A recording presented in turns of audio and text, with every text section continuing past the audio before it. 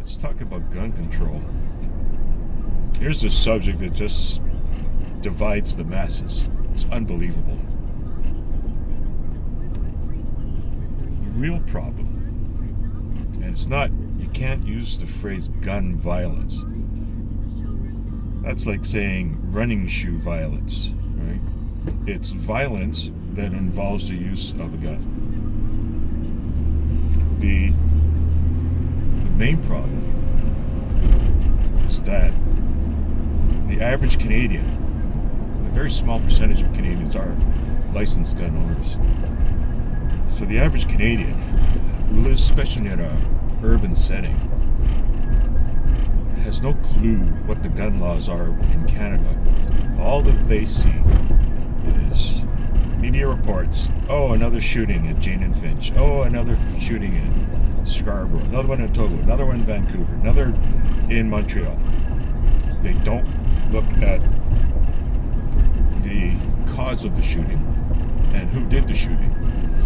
So it would be the same thing as we had that crazy person do the van attack on the Danforth a number of years ago. Took a rental van, drove it through a crowd of people, killed a number of innocent people on the sidewalk. Who do you blame for something like that? Or what do you put the blame on? You think that the people would, especially the media, would put the blame on the van. If you treat it like the gun control debate, they would say, oh, the problem is the van. We shouldn't have vans that are that big. We shouldn't have vans that are that fast. People shouldn't be able to rent vans that easily. They should go through a mental health check. But that's not the way it goes. As soon as it involves a firearm, the blame gets squarely placed on the actual firearm itself. Nobody says, oh, it was the guy. The guy was crazy.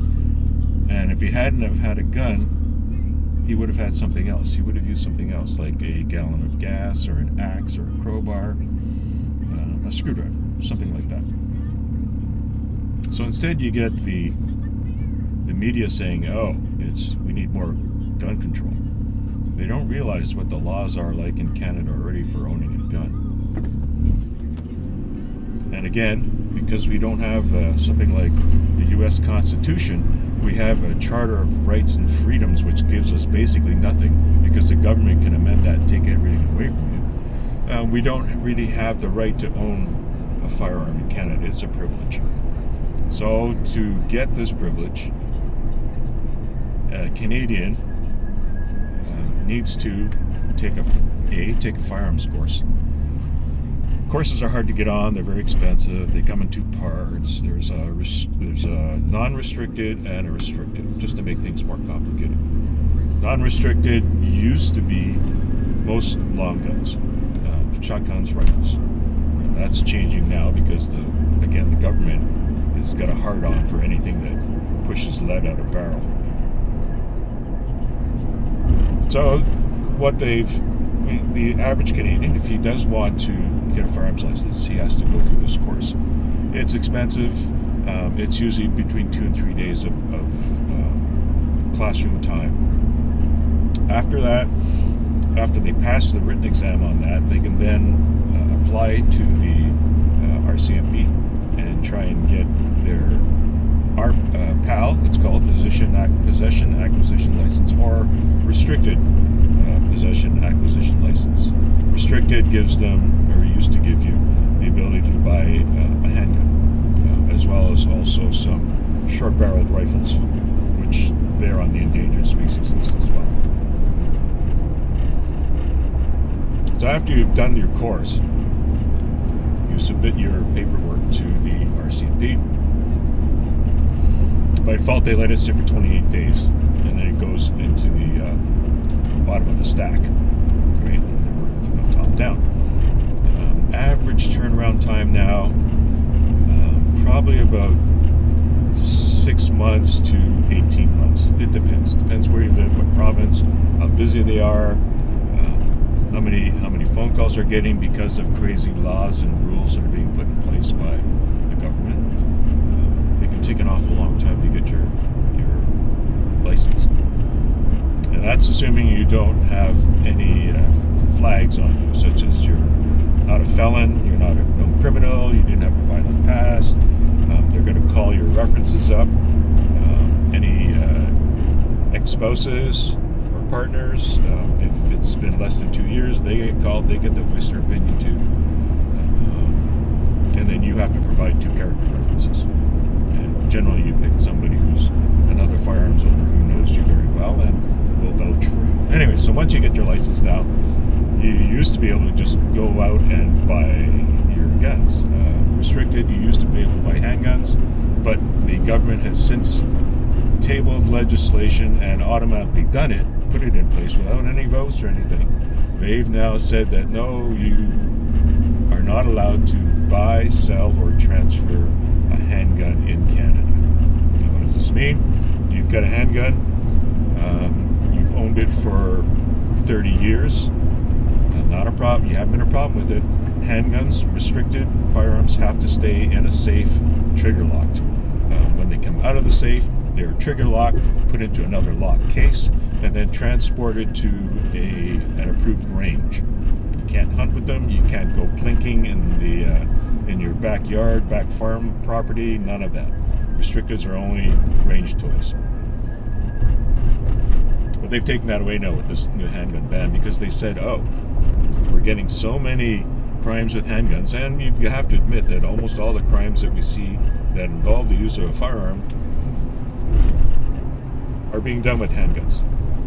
And then I don't need to really tell you, the statistics are out there. You can talk to any police chief you want in Canada, and they will tell you that the majority of these crimes are being done by gangs. So it's criminals with drugs and whatever else they're getting into, car thefts, everything else. And the handguns that they use are all, almost all, they're like 90% illegally acquired. They're smuggled in from the U.S. because we have such a long, unprotected border between Canada and the U.S. It's a big business. You can take a cheap handgun from the U.S., you can bring it up to Canada, and you can get 10, 20, 30 times the amount that you paid for it up there.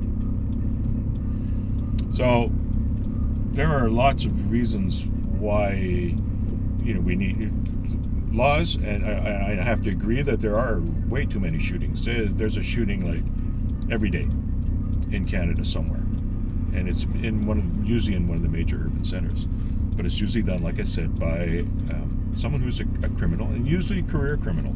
If you look at the reports when if and when they do get arrested, you'll see that they have multiple firearms prohibitions on them. They are not allowed to possess them, and they usually have more than one. It's usually happened to them 2-3 times. They don't really care. They don't obey the law. You have to remember that the definition of the criminal is someone who doesn't obey the law, so they don't really care. So you have it now that you're trying to stop gun crime. This is the government now. They're trying to stop gun crime by taking firearms away from legal gun owners, which doesn't really make a lot of sense because the legal gun owner is the least likely to commit a crime and the most likely to obey the laws. We obey all of the stupid laws that they have in place right now just to enjoy our sport, right?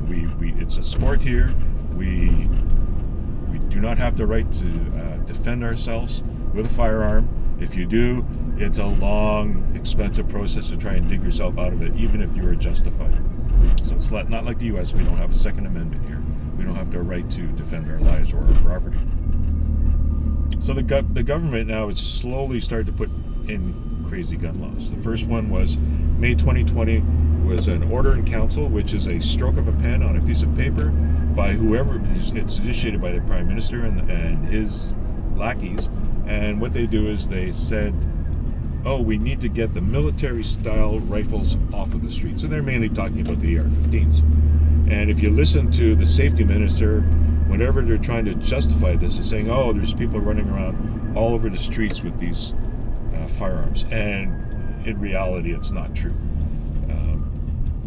The gangs will not pick an AR-15 as their tool of choice to go out and commit their crimes, do their hits, whatever it is you want to call it, but that they do.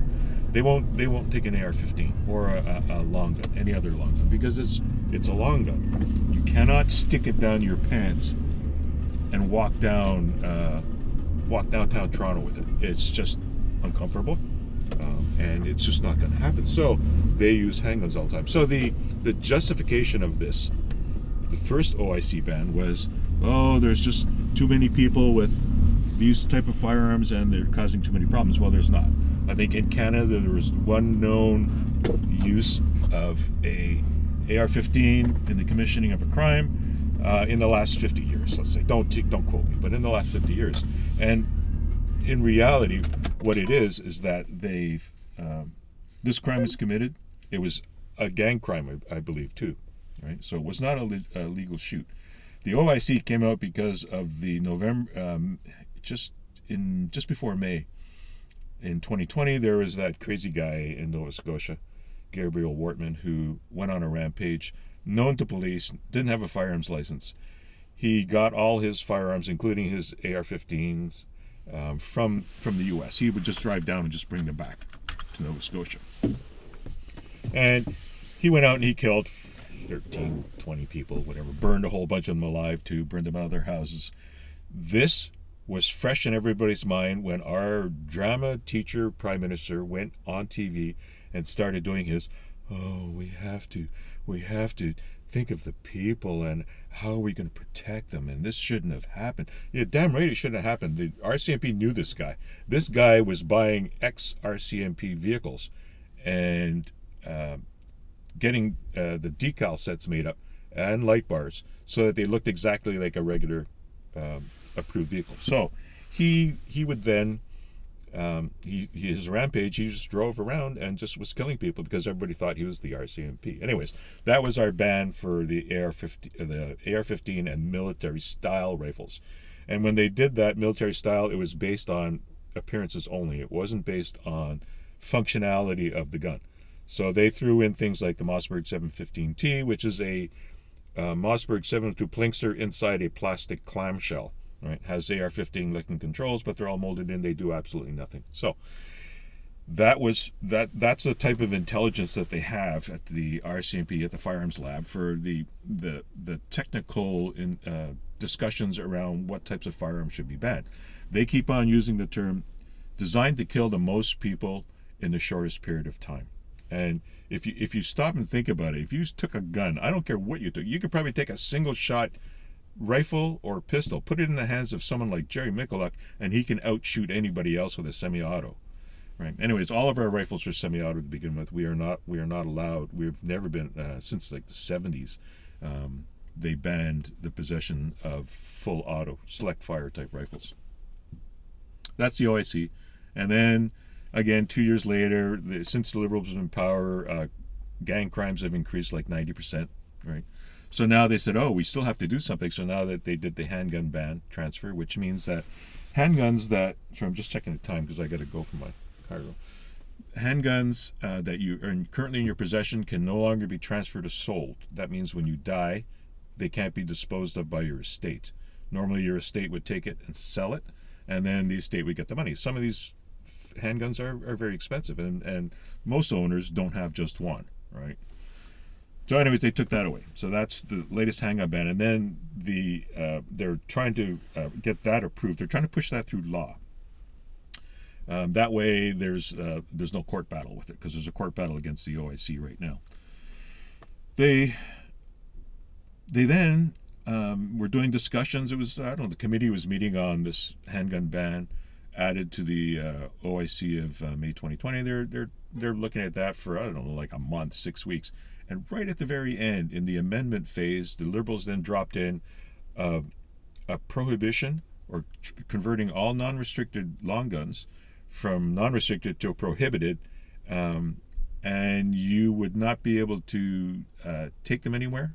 And there was no mention of buyback, which is like buyback is a really bad term, but because they never owned it and they're buying it back with my tax money. But anyways, they then said, we're going to add just certain center fire rifles and shotguns that meet certain criteria, such as mag fed, usually, right? They're talking about anything that's got, looks scary. But when they built the amendment list, they did it poorly, and it ended up involving a lot of items that were not that were used in regular hunting purposes, such as the Ruger number 1, for example, which is a single shot rifle, which somebody went out and got customized so it shoot a Weatherby 460 Magnum, which exceeds the original OIC May 2020 OIC, which limited energy to muzzle energy to 10,000 joules. So they've added another 1,000 rifles and all their variants, and they keep using the term variant, which means anything that's based on that, as well as an evergreen clause to further enable them to ban rifles as they get produced by the manufacturers. So variant, if you stop and think about a variant, the Mauser K980 is on the list, I believe, and every single bolt action is basically a variant of the Mauser action. So take it for what you want. They are trying to get rid of all our firearms. There's no two ways about it, right? And the only way that we can fight right now is we're relying on the conservatives to fight for us, and we're also trying to do a letter writing campaign, right? Which really it's just more of an annoyance to the MPs. They come into their office and there's like 10,000 letters sitting there for them to open. Somebody has to open them, somebody has to read them, somebody has to file them, somebody has to reply if a reply is requested. So to the Canadian gun owners out there, keep writing the letters. That's about all you can do. We don't have the ability to do anything else. We cannot protest because if you do that, it'll be like the truckers convoy protest here. The government will just shut you down. They'll ignore you, then shut you down, call you racist, and freeze your bank accounts. So anyways, that's where I stand. It's not a very good situation. And for my friends and family that they're in the U.S., you guys are heading our direction. I used to tell people they were about 10 years behind us. Now they're about 2 years behind us. And it's going to be exactly the same down there. So they can write laws around the Second Amendment, and there's nothing that you can do short of voting them out. So write the letters, talk to your friends, stop everybody from voting liberal. Do not vote liberal. All right? Anyways, that's all I got. Take care.